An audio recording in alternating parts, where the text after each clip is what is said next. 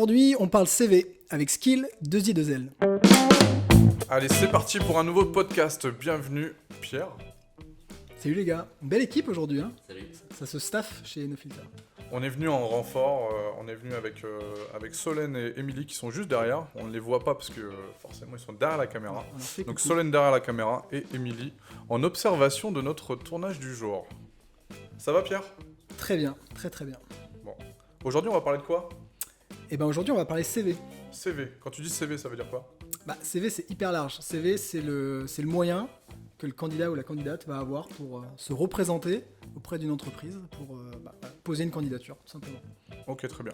On parle de CV des candidates vers les employeurs ou on travaille juste autour des candidates. Est-ce que ces personnes-là doivent faire pour espérer avoir un poste ?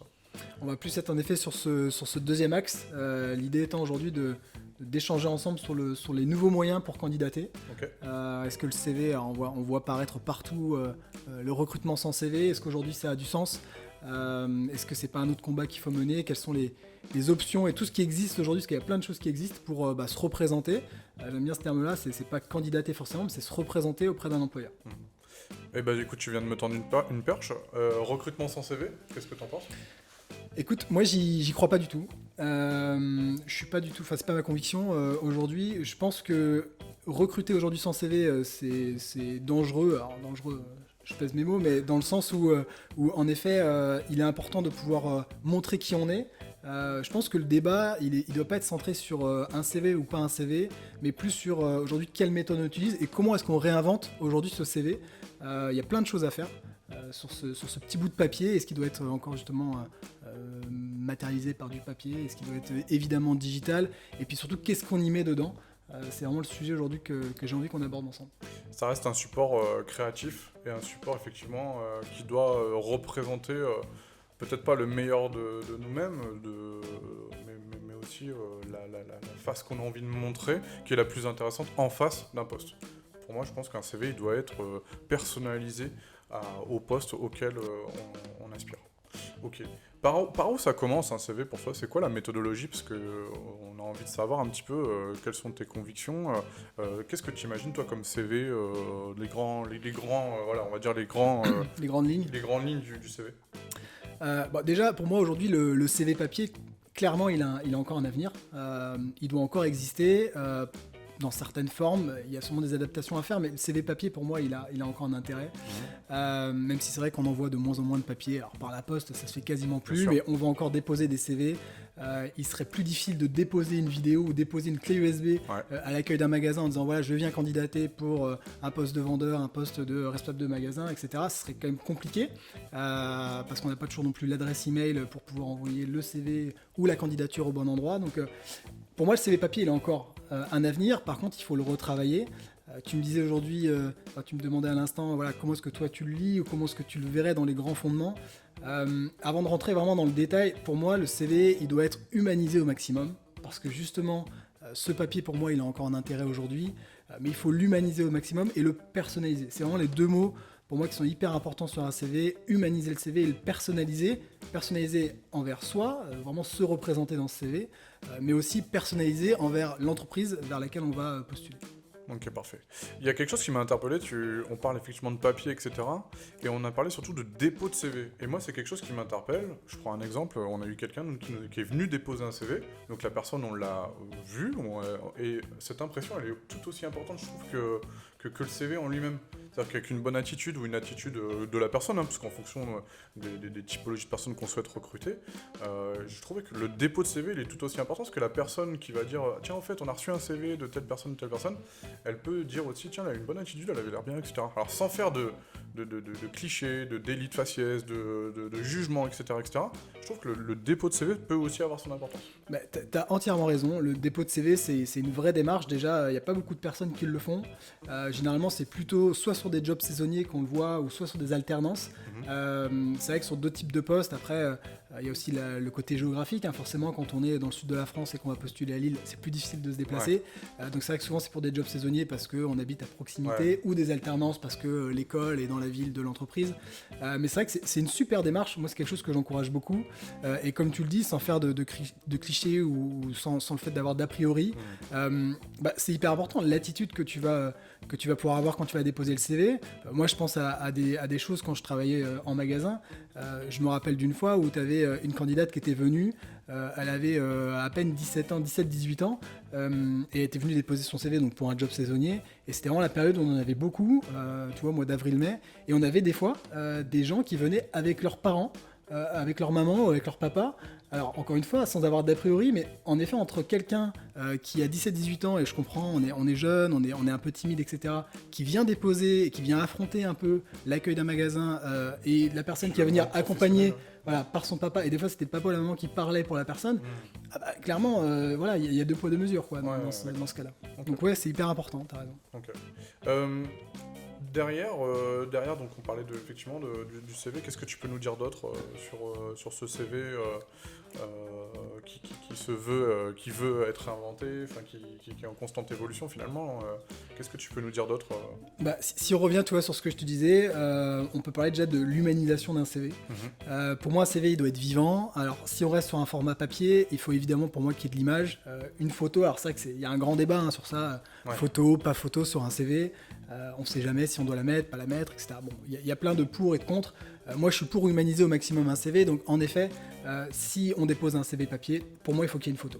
Alors, évidemment, pas une photo Snapchat, Instagram, en selfie ou en vacances, mais et pas non plus une photo d'identité où on fait un peu la tronche et qui est hyper normée. Le but, c'est pas de voir la personne juste son visage, c'est juste de voir un peu son caractère et sa candidature par l'humanisation des supports. Ouais, et quitte même à ce que ce soit, c'est pas forcément une photo d'identité, ça peut être aussi une photo, alors ça peut être une personne qui a déjà une expérience dans un magasin, donc de la mettre en situation, ça peut être...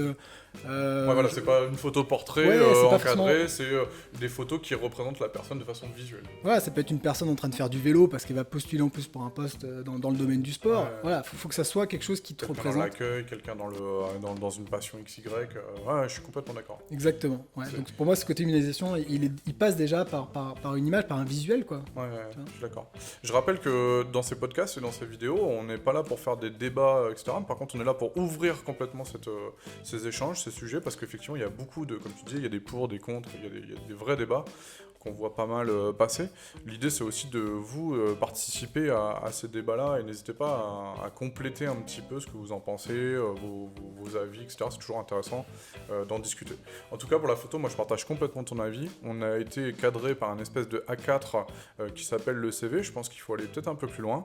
Et comme tu disais, les photos, en fait, on peut peut-être rajouter des photos en situation.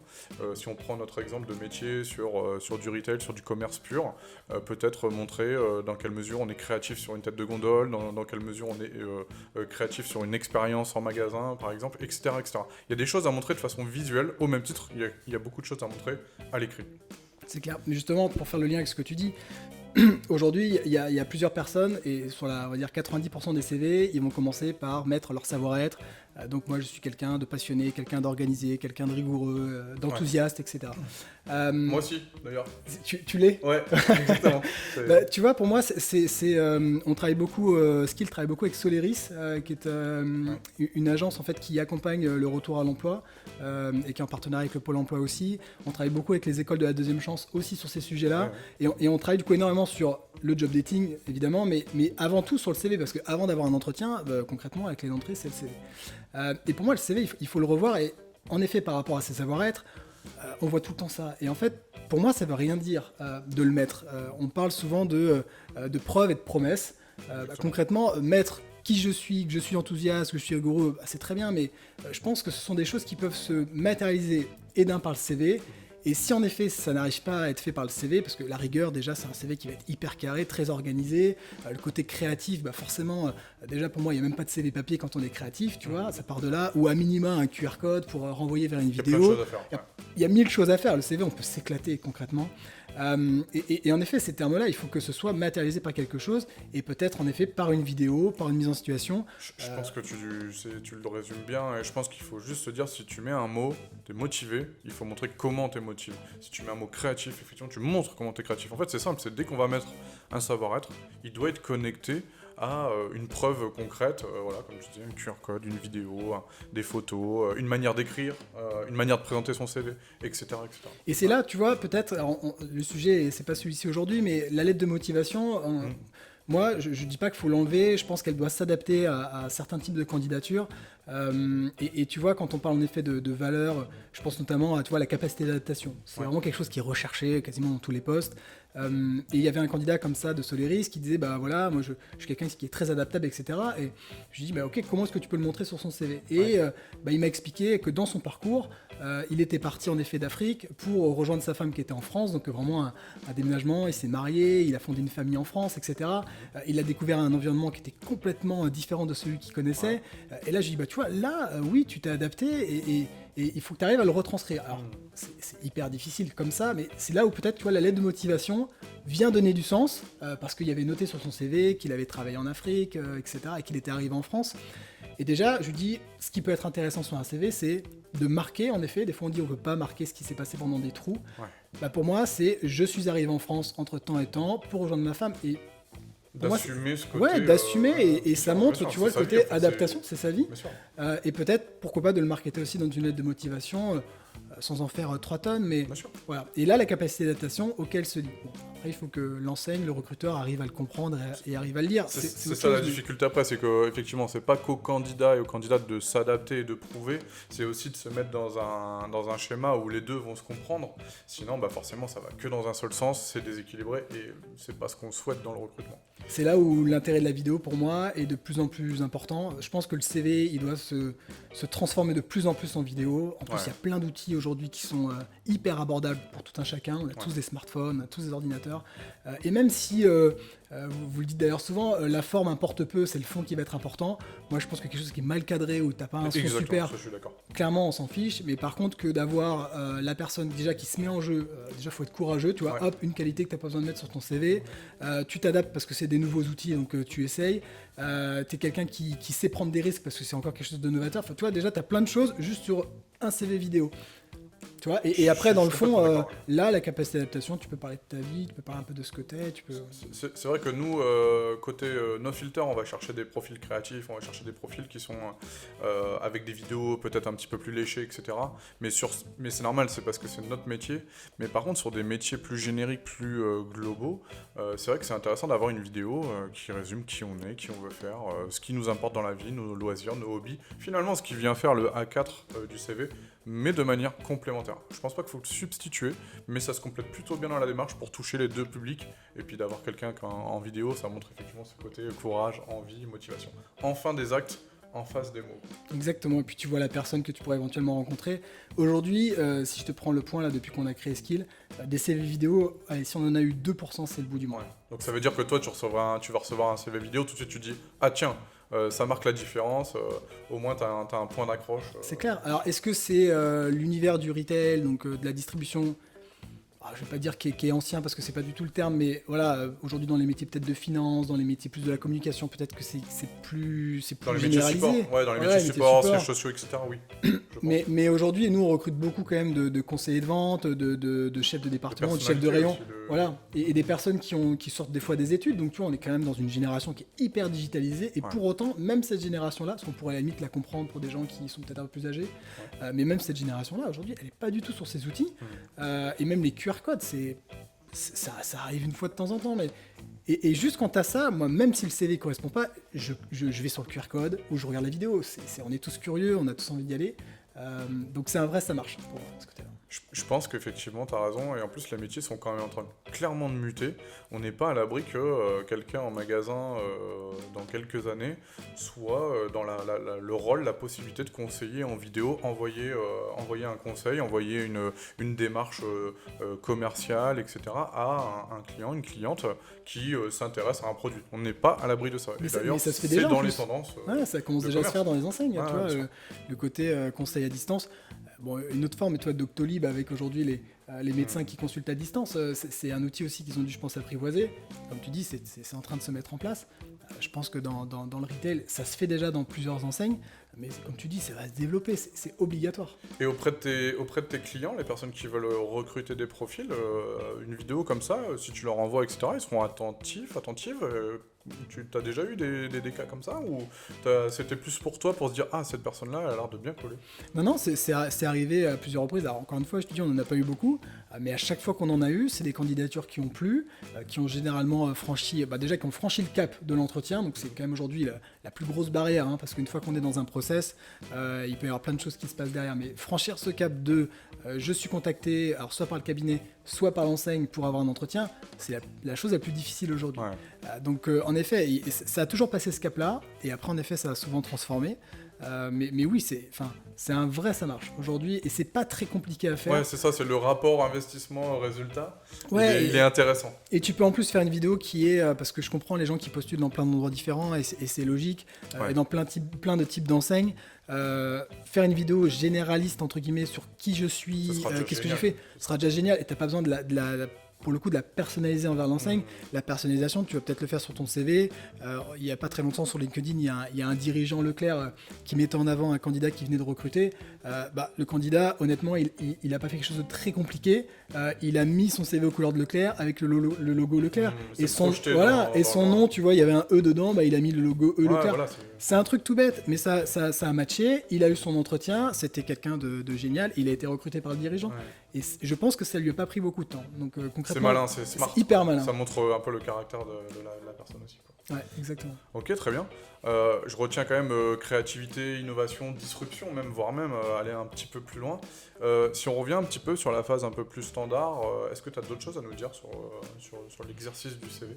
Déjà, sur les CV, en effet, on se dit toujours qu'il faut rester à une page ou voilà. Moi, je rejoins ce que tu disais tout à l'heure. Dès qu'on met des photos, forcément, on va dépasser le format A4 une page. Et des personnes qui vont avoir 40, 50 ans, 60 ans, qui ont de l'expérience derrière eux, pour moi, il faut réussir à le faire vivre, pas forcément sur une page. Ça, c'est mon premier point.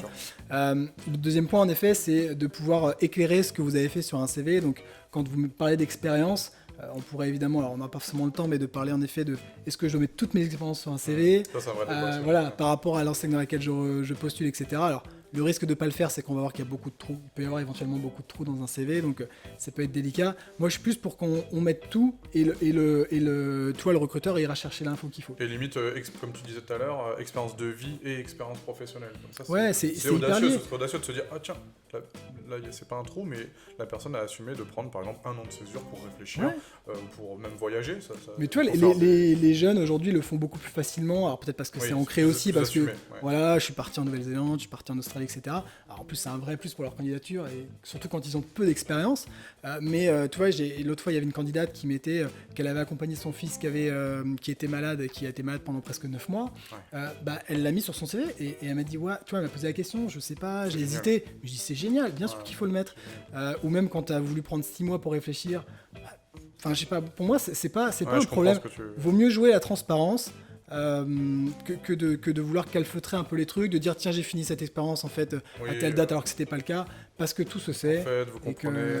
Voilà. Et là tu pars dans une relation où la confiance elle doit être au cœur de cette relation candidat-employeur, ou même carrément quand tu es recruté, la confiance elle est hyper importante dans les deux sens. Et tu vois, le congé, on peut parler du congé parental, du congé maternité, mais pour moi tout ça il faut le retranscrire. Et en plus, je vais pas dire que c'est une qualité d'avoir des enfants, je jugerai pas ça, mais de dire que voilà, vous avez pris un congé parental, ça évoque d'autres choses de vous aussi, de l'engagement, de la détermination, de l'adaptation, voilà, ça montre encore d'autres choses de vous, et ça fait partie de vous, donc pour moi c'est important de le mettre. C'est intéressant. Si on peut conclure sur cet exercice du CV, moi j'ai une anecdote que je dis souvent, un CV, je prends donc cette espèce d'A4, je le retourne complètement et je pars des passions et des hobbies qui sont souvent en dernier lieu sur le CV. Et j'adore regarder ce que les personnes aiment faire dans la vie pour partir un petit peu de leurs convictions. Qu'est-ce que t'en penses ? C'est une bonne idée parce que souvent en bas des CV on met généralement le côté hobby, passion, ça a toujours été là ce truc. Tu vois, un peu à l'instar de ce qu'on disait tout à l'heure sur les valeurs, pour moi quand tu dis Moi, j'ai du mal avec les gens qui mettent sport, bricolage, Voyage. balade en forêt, tu Lecture, vois, ou ouais. voyage, tu vois, des trucs comme ça.